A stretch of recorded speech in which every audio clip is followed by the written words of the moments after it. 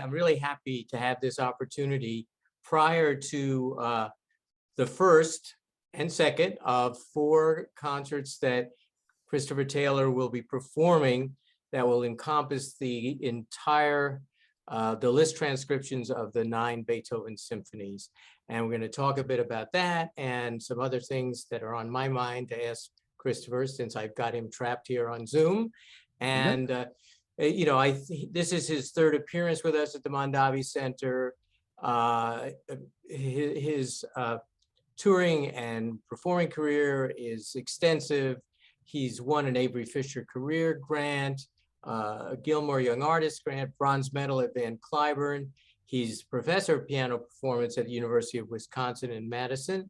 So there's generations of acolytes of Christopher Taylor who are going to be coming forward from his teaching. But he's always here doing very interesting things, and we'll talk about that as we go through this. And really appreciate, Christopher, you making the time to do this, which will allow us to reach, I think, more people than when we do one of these in the hall on the night off. So thank you. Pleasure. Good. So I think let's start by talking about transcriptions. Transcriptions, were all the rage in the last 2 centuries, certainly in the early part of the 20th century and the 19th century. I wanted to ask you a few questions about them. Why were they once so popular? And a composer of the stature of Liszt, who was a big matinee idol in his own time, would take the time to do transcriptions. Why do you value them? And let's start there. Why were they popular and perhaps not as popular now for composers? Well, I think there were a number of practical reasons that transcriptions were commonplace in the 19th century in particular. In the absence of recording technology and in the absence of, the cheap availability of a decent orchestra in every city, very often performing the great works, things like Beethoven symphonies was, quite a rarity, at least outside of the major centers like Vienna. And so, for musicians somewhere out in the, out in the sticks to get access to and familiarity with Beethoven symphonies, transcriptions might well be their best bet. So they were an eminently practical art form. And of course, as the 20th century dawned, recording technology became available. And, I think the general standards of musicianship rose, and, pretty much every mid-sized city had an orchestra that was capable of playing a passable Beethoven symphony. And so, the need for hearing a pianist do it, or the need for a musician to get familiar with these works by playing them at the piano, lessened.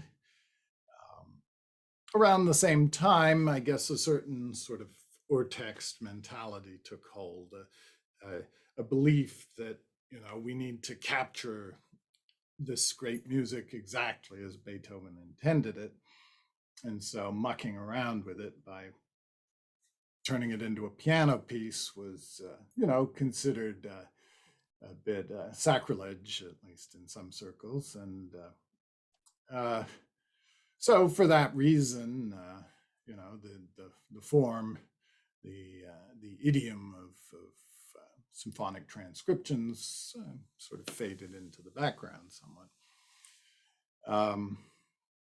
But I like to think that, at the beginning of the 21st century, perhaps the kind of dogmatic attitude to capturing Beethoven as Beethoven originally intended it, whatever that means, has maybe loosened its hold a little bit, and that people, are open to the possibility of getting a fresh perspective on this great music and seeing it, in a different guise and seeing different facets of it. So as for me personally, when I was a boy, Beethoven symphonies were sort of the ultimate. I spent hours and hours listening to them. But then I started taking piano lessons, and I got diverted a little bit, although the pieces remained very near and dear to me. But I always envied orchestras the ability to have firsthand acquaintance with these masterworks. And so when about 10 years ago I got my first opportunity to perform these, I'd been aware of their existence, since I was a boy. I'd actually happened across these scores. I jumped at the opportunity and decided to really run with it. My first opportunity to perform them was actually in Russia, the Fourth and Fifth Symphonies they wanted me to do there. So that was sort of the starting point, and from there I worked my way outward to get all 9 of the symphonies learned. But this is my first season where I'm actually performing all 9 of them in some sort of sequence. And originally I was going to do so a couple of years ago, but of course the pandemic got in the way. Well, and of course, our plan was to have this same set of 4 during the actual Beethoven bicentennial, 250th. But of course, now he's gotten a little bit older, further away, but we still get a chance to do that. So it's interesting that you think maybe that transcriptions will have a comeback. There's less of that, sensibility. Well, we can't mess with what Beethoven wrote. Of course, I do a little exercise with a class I teach where we listen to the opening. I don't know how many bars, but first minute or so of Beethoven's Fifth in 4 different recordings, and the Fifth is actually the opening of Glenn Gould's version of the Transcriptions. And you go from Roger Norrington, where it takes 48 seconds, to Pierre Boulez, where it takes 1 minute and 20 seconds. And the big, modern orchestra, and Norrington is there with a stripped down classical orchestra, and it all is wonderful. It's wonderful music, and it survives different interpretations. So, hopefully people will, this is, of course, not everybody's got a piano in their house like they did back in the day, when sheet music was so popular. But I think we're going to get some really interested audiences that have the opportunity to hear you play these. So why don't you talk a little bit about what's the relationship between the transcriptions and the original orchestral scores? Is it note for note? Does Liszt take liberties? How does that work? So Liszt is extremely faithful in these transcriptions. I mean, he attempts to capture more or less precisely the notes that Beethoven put into the full score. Of course, it's not always possible when you have 10 fingers as opposed to 40 plus musicians. Certain things do have to get left out. But it's pretty remarkable how he manages to capture the musical essence, I think, of what Beethoven did. Of course, Liszt had his attitude towards transcriptions and paraphrases varied over the course of his career. I mean, sometimes he would do these sort of concert paraphrases, of Italian operas and of Wagner, that sometimes they were quite over the top and were sort of the smorgasbord of virtuosic kind of musings on ideas that you know, that were inspired by some opera or some other work. But his purpose in these transcriptions was quite different. But in the process, I mean, he devised, you know, all manner of novel and creative pianistic techniques to sort of emulate and to evoke what the orchestra can do. So you know, definitely pushed the instrument to its absolute limit, and pushed to the limit what a single pianist can attempt. But you know, of course, when you have these works on the piano, certain facets. I mean, the variety of timbres obviously is lost, or not entirely lost, but is sort of muted and subdued in a way.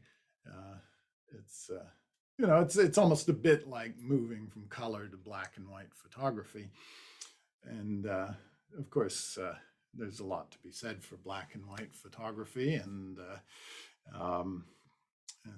similarly, you know, with these transcriptions, there are certain things that I think it's easier to for a listener to perceive when it's coming from a piano. There are certain things we can do to clarify things that maybe aren't available when you're dealing with a horde of musicians. And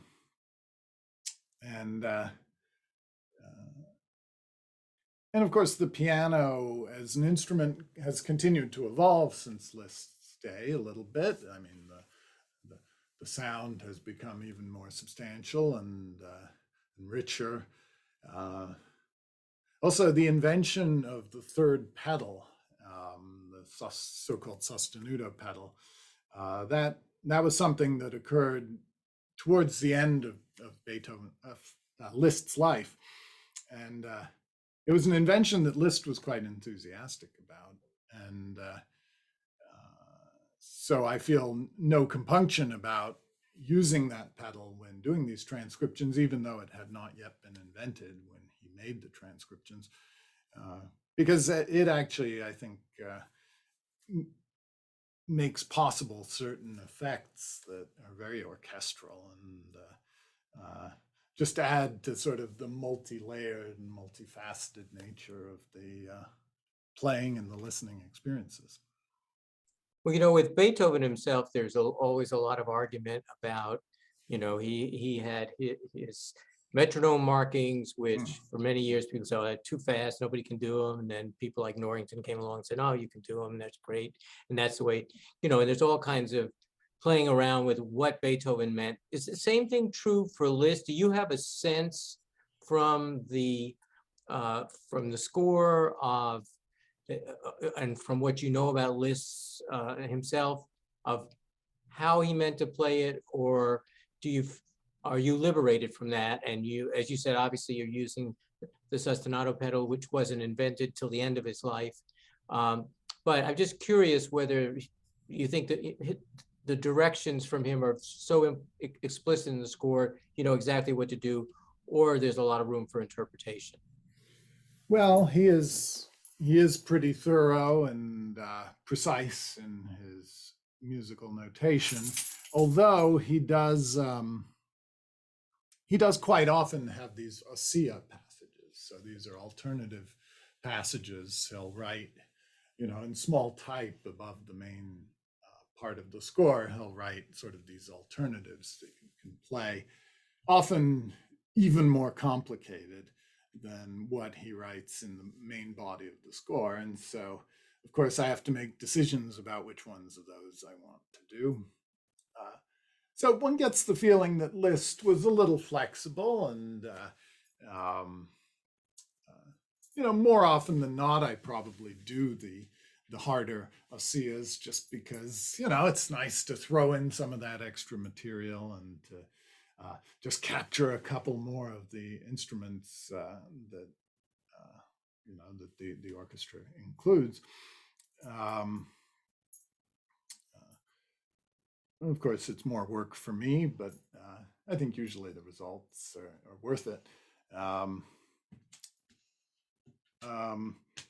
So, I mean, the presence of those alternatives suggests, as I said, some flexibility on this part. And occasionally, I have in a couple of cases actually gone back to Beethoven's original and said, there's something missing here, and maybe I can try and capture a little bit of that. So I've made a couple of sort of minor tweaks in a few places, sort of in the same spirit as what Liszt himself was doing when he published it.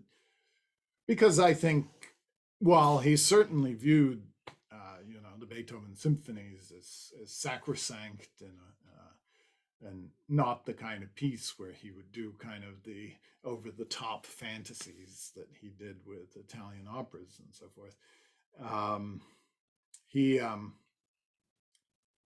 I think he did have a sort of flexible attitude. He did not yet have sort of the hardcore urtext mentality. You mentioned the metronome markings, which Liszt reproduces them precisely, without comment,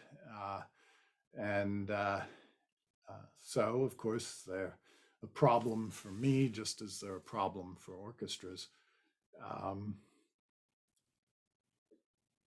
Yeah, I mean, some of them do seem a little, a little over the top, a little, a little wild, a little crazy. But on the other hand, I mean, I think they do provide a useful antidote to, the sort of tendency that seems to have existed through music history, well into the 20th century, to make Beethoven as sort of big and imposing and pompous as possible. These renditions of the Fifth Symphony that are sort of at about 50% of Beethoven's metronome marking. To me, they sound a little pompous and don't have, that wild energy that you get when you attempt to get a little closer to Beethoven's metronome markings. I mean, I don't always view the metronome markings as, absolutely obligatory that I must obey them to within 1 beat per minute. But on the other hand, I do view them as important information. And so even if I deviate, slower by a couple of metronome markings, a couple of notches, I still view those numbers as kind of goals to bear in mind, even if they're not totally realistic. And I never seriously plan on performing them at those speeds. I don't think Beethoven cared if they were realistic, right? I mean, that was the musician's worry. That's right. And I mean, I think composers, starting with Beethoven, he sort of hoped that the invention of the metronome meant that all ambiguity and all controversy with tempos would be a thing of the past. But of course, they did not actually solve the problem. They only created new problems, these metronome markings. And, composers are not always perfectly realistic with their numbers. I mean, they very often they're sort of afterthoughts, these numbers. I mean, as was the case for the symphonies, he added the numbers subsequently. And, you can sort of imagine him sitting down and turning on the metronome, and it goes tick-tock a couple of times. He thinks, yeah, that sounds about right. And he puts a number down. So it's, they're probably not, I don't think one is morally obliged to take them absolutely literally. There does have to be some flexibility and some concession to, sort of acoustical reality and human fallibility. But as I said, I think, they're probably somewhere in the ballpark, and they reflect, the sort of wild energy that is clearly an ingredient of Beethoven's personality. Yeah, clearly, and obviously symphonies like the Fifth and the Eighth, done too slowly, really lose, I think, a lot of what he was going for. I want to ask you, and you may have answered this in part, but we have here in the Mondavi Center in Davis and Sacramento, we have a big audience for orchestras, always very popular, and so if you're talking to this mythical audience member who loves orchestras and loves hearing the Beethoven symphonies orchestras, why should Mr. Orchestra Lover come to hear the symphonies done this way? I mean, I think as I sort of indicated before, I think it's a matter of just sort of opening up one's perspective a little bit to sort of and getting this interesting combination of the familiar and the novel. As as epic and incomparable as the experience of listening to Beethoven symphonies in their original form is, most of us have heard them very many times, and getting a new perspective on them, I think, can be welcome, to not just see them done in, the same way that they've always been done. And there, the element of a single person up there doing them with a single instrument, that adds a sort of interesting new kind of heroic twist to the storyline of these symphonies.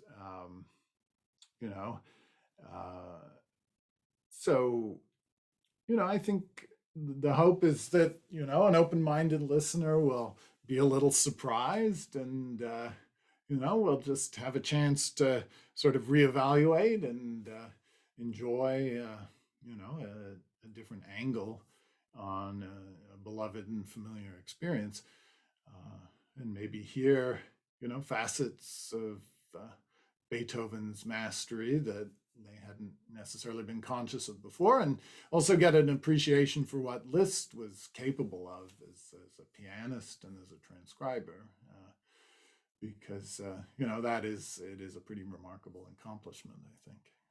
And I think, fortunately, we also have a lot of people who love piano, some of whom are the same people. Yes. And this is, putting Beethoven aside, these are great piano works. So they'll come and hear, an extraordinary piano performance. Kind of leads me to another question, and I don't want to get too personal, but sometimes I wanted to ask you, are you a glutton for punishment? We all know that Liszt was the leading pianist of his day. These pieces are very, very difficult. And then in your previous visits, you played from memory the Messiaen Vingt Regards, which is an unbelievable piece. I'm sorry for anybody out there who didn't get a chance to hear you do that. And then you did, of course, the Bach-Goldberg variations. But seriously, it feels like you're continually looking for projects that challenge you physically, musically, and mentally. Is that the case? Do you have any new ones in mind? I think it is the case. It's as far as the question of what next. I mean, this season, as I said, I'm sort of totally focused on this. I mean, I have a couple of other things on the horizon. I don't know if there's anything quite as sort of finger twisting and mind twisting as these Ninth Symphonies. Like the complete Scriabin etudes and things like that, which seems kind of modest in comparison, I guess, but which is still plenty of work.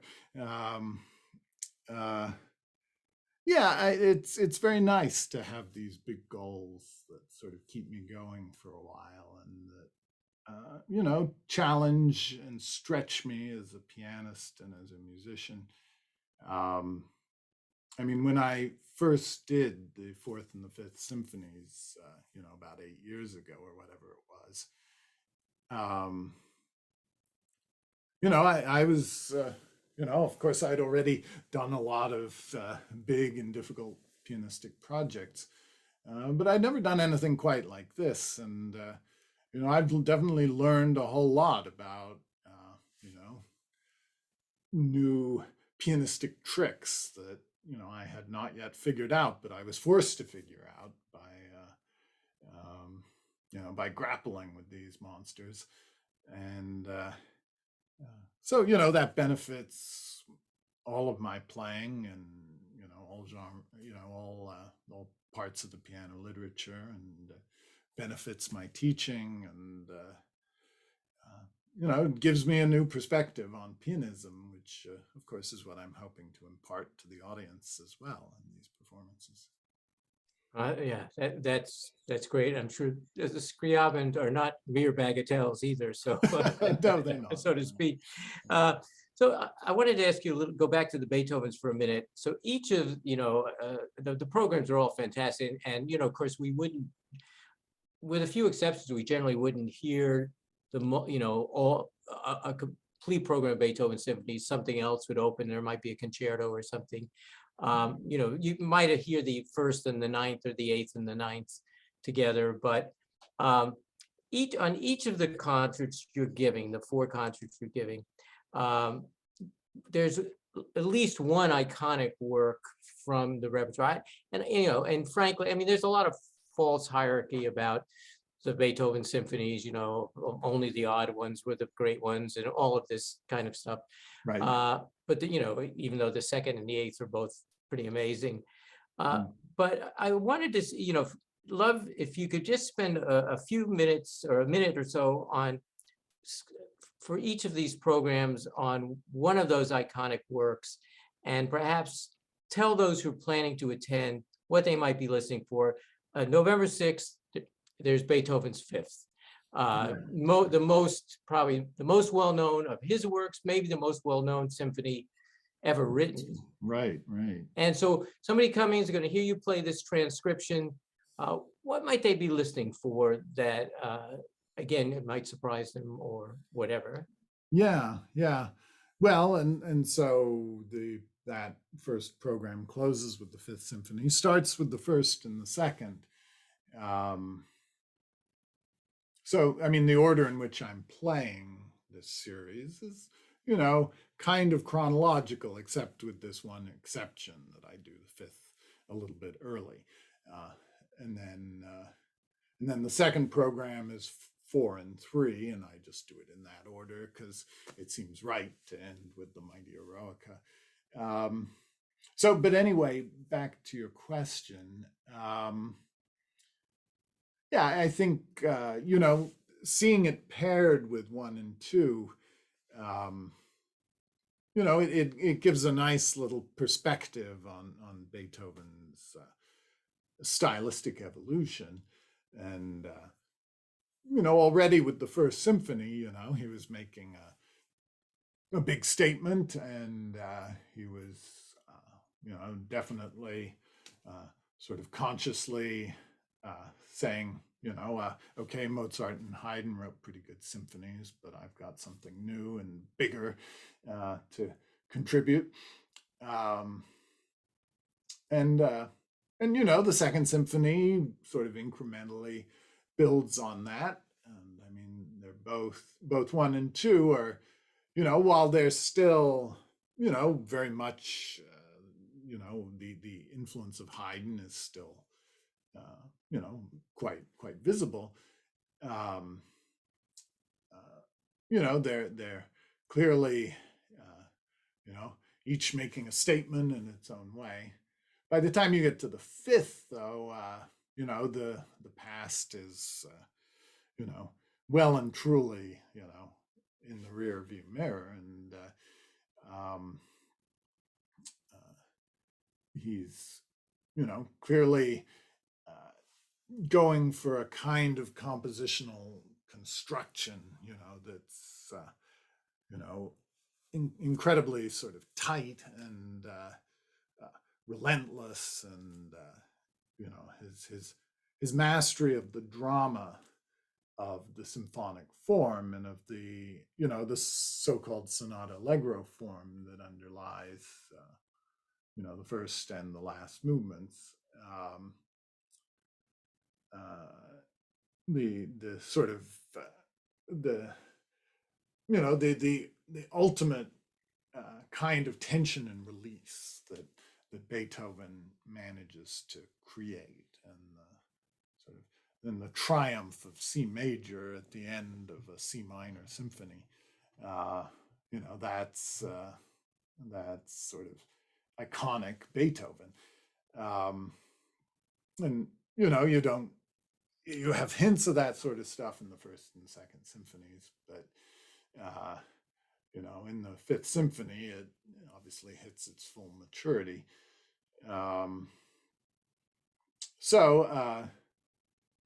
Of course,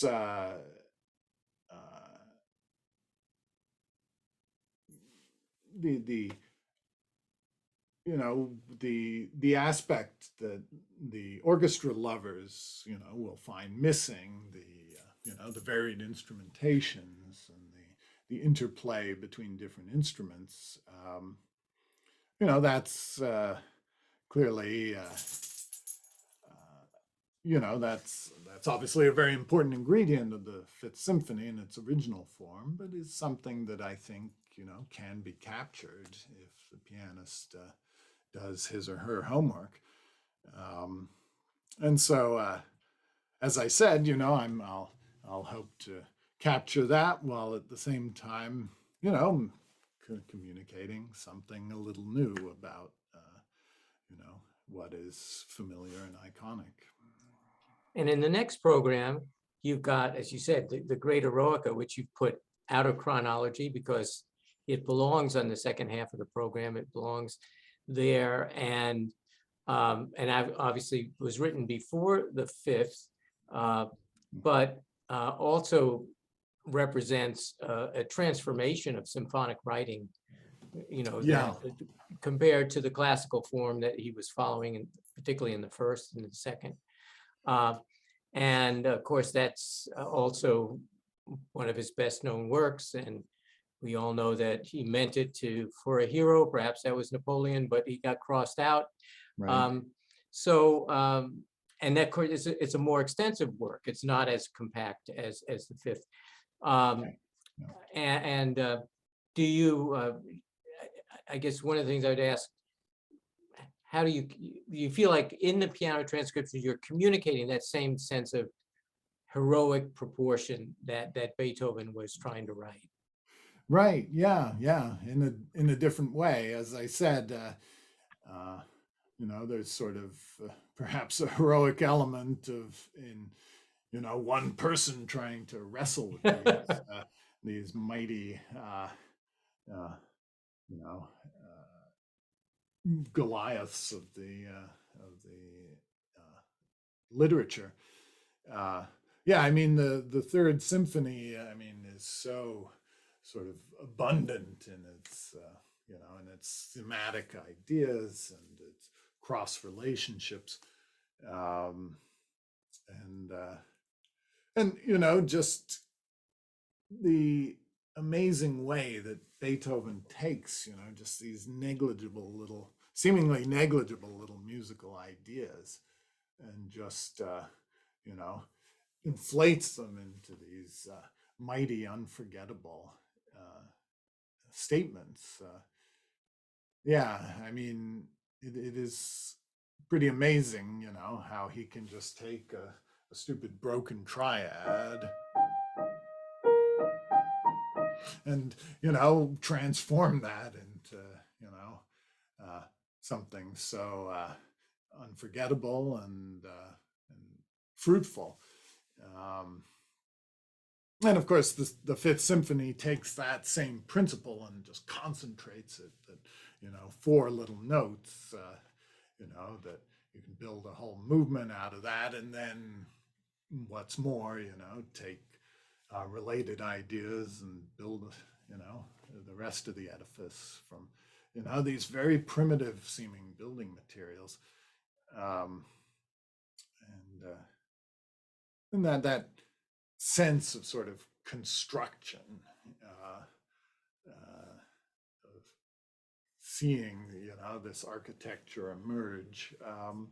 It's something that a piano can do also.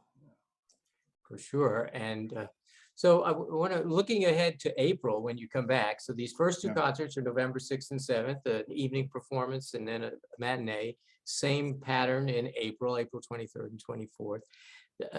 I know the next program has the 6th and the 7th symphonies.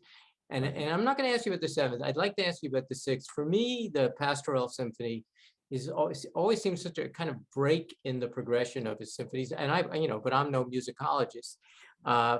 But of course, it's beautifully melodic, and it's informed by, it's not as abstract because it has a program of sorts.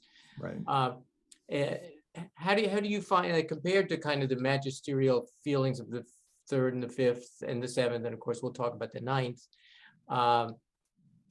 How do you kind of express yourself in this different symphony? Yeah. Well, the Sixth Symphony, I mean, it as you said, I mean, it sort of seems like it's almost a diversion in this mighty progression. But actually, that was quite typical of Beethoven. If you look at the piano sonatas as a group, it was sort of his standard practice in a way. I mean, there are 32 of the piano sonatas, and quite often, you'll have sort of a mighty sonata like the Waldstein, and then immediately afterwards, a modest, little known, F major sonata, opus 54. And then another titanic, Appassionata, opus 57. So I think Beethoven did not view himself as on a single path, a mission to create, ever more mind-blowing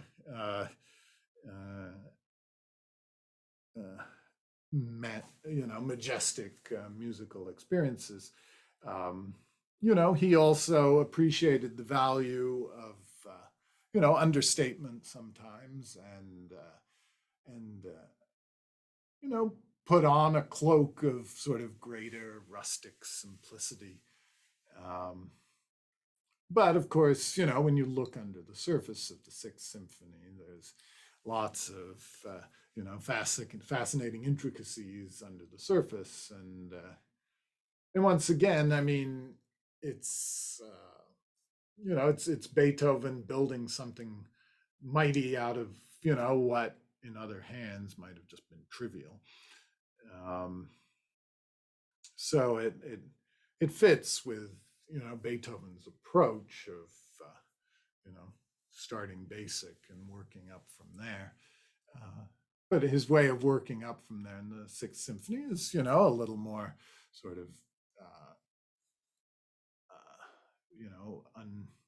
unassuming in a way. I mean, it doesn't seem like it's Beethoven trying to create, a legacy, and but nonetheless, I mean, the ideas and the compositional techniques that he explored in the Sixth Symphony, have importance and relevance for, even in the Seventh Symphony, you see some of the tricks that are found in the Sixth Symphony, you find them in the Seventh, and so it all, or even in the Ninth, for instance. So it's not by any means a musical cul-de-sac or a cop-out or anything like that. So let's move to the 9th. Your last concert will be on April 24th. And it's got the 8th and the 9th Symphony. And of course, the 9th Symphony, he introduced the use of a chorus and vocal soloists, which, some later composers like Mahler really took to great lengths. Yes. But before him was, kind of reserved for oratorios and operas. And of course, this is played on the piano without the chorus and the singers. So, but it's also a great, on its own, a great work, and how he melds the themes together, all come together in the fourth movement. So tell us how that challenges you. Of course, it's also the longest by a bit. Right. And so that in itself becomes another one of these pianistic challenges that people should come see you do, because you do those so well. But how is it to do the Ninth? How is it to do the Ninth as a purely instrumental work and as this grandiose work? Right. Well, I mean, to tell you the truth, I've only performed the Ninth once before, and so and yeah, actually, Davis will be my second opportunity with the piece, and then next year I'll do it at least one other time. And the first time I performed it was actually here in Madison, and I did a version of it that I sort of that I created that actually used 5 singers, and so yeah, I mean, Liszt in his version of the Ninth Symphony, he included the vocal parts sort of in small type above the piano line. But those were sort of for informational purposes. So in other words, the piano part, as Liszt wrote it, does actually cover as best it can, the main musical ideas. It tries to throw in as many of the singer's pitches and as many of the orchestra's pitches as it can in a musically coherent way, in a playable way. Yeah, so it's going to be actually a new experience for me to do that exactly as Liszt prescribed, to assume the role not only of the orchestra but of the singers as well. When I did it in Madison, then I was able, because I was no longer obliged to do the singers' parts, I was able to include a little more of the orchestral part, and so I had to rework it quite significantly. So it will be interesting to switch gears and do in a purely instrumental form. So I guess I'll have to report back in April about exactly how that experience is. It's going to be a different perspective. But I even though Liszt sort of said, when he undertook this project, he said, boy, the Ninth Symphony is kind of an impossible undertaking here, but I'm going to finish it because I'm sort of obliged. I don't know if he was contractually obliged, but he felt some sort of moral obligation to finish all 9 symphonies. So he figured out a way to do the Ninth. But I have enough faith in Liszt's pianistic creativity that I think I can make it work. I think it will be eminently workable, and should be exciting as always. Whenever one undertakes any of these transcriptions, it's an amazing ride. I have one more question, and I think you've invited us along on that ride, by the way, in a way that I think will be very attractive to our audience members. So the last time you were here with the Bach Brandenburgs, because you brought a special piano, right? Yeah, and but as a touring concert pianist, you don't get to bring your own instrument with you much of the time, like a violinist or a cellist does. And here at the Mondavi Center, we have several Steinways. We have a Hamburg Steinway and American Steinway and some other pianos. And my question to you is, what do you look for? As you come in, and you have because this is a multi-concert project, you're not just in one night and out the next morning, like you may be at sometimes. So you have a little bit more time, and you're going to have these 4 concerts But what are you looking for in a piano, and have you had experience where you say, no, that this piano just won't work for what I'm trying to do, and what's most important to you? Yeah, I mean, there uh, there have been some cases where the piano has been pretty pretty marginal. Um, uh, I mean, fortunately, over the years, I have learned to communicate with piano technicians and to specify, precisely what I need in terms of adjusting the regulation and in adjusting the voicing, adjusting the sound that the hammers make when they hit the strings. Um,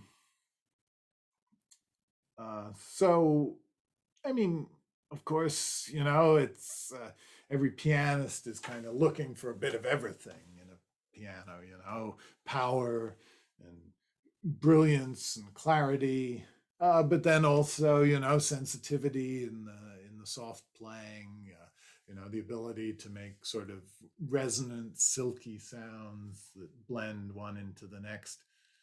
I mean, the big problem with the piano is that, in many ways, it's a percussion instrument, right? It's as I said, it's hammers banging into strings, and there's something a little sort of uh, at its heart. There's something a little sort of crude and almost barbaric about that, compared to the way of vocal cords work or even stringed instruments. Um, uh, and yet, despite the sort of inherent problems that this instrument inevitably presents, and a bad instrument, of course, takes those problems and magnifies them and exacerbates them. But when you get a great instrument, I mean, that ugly fact about hammers banging into strings sort of gets forgotten, and it becomes like a human voice, or like a stringed instrument, or or a combination of all these things, but with the additional property that you can play as many as 10 notes at a single time, and you can create these multi-layered, multi-textured experiences. And of course, what part of what makes it possible to create this illusion of silky and rich and warm sounds is the existence of the right pedal, the damper pedal, which um, sort of helps us to overcome the percussive soul of the instrument. Um, But and of course, here I am dissing the percussive side of the piano, but that can be useful too. And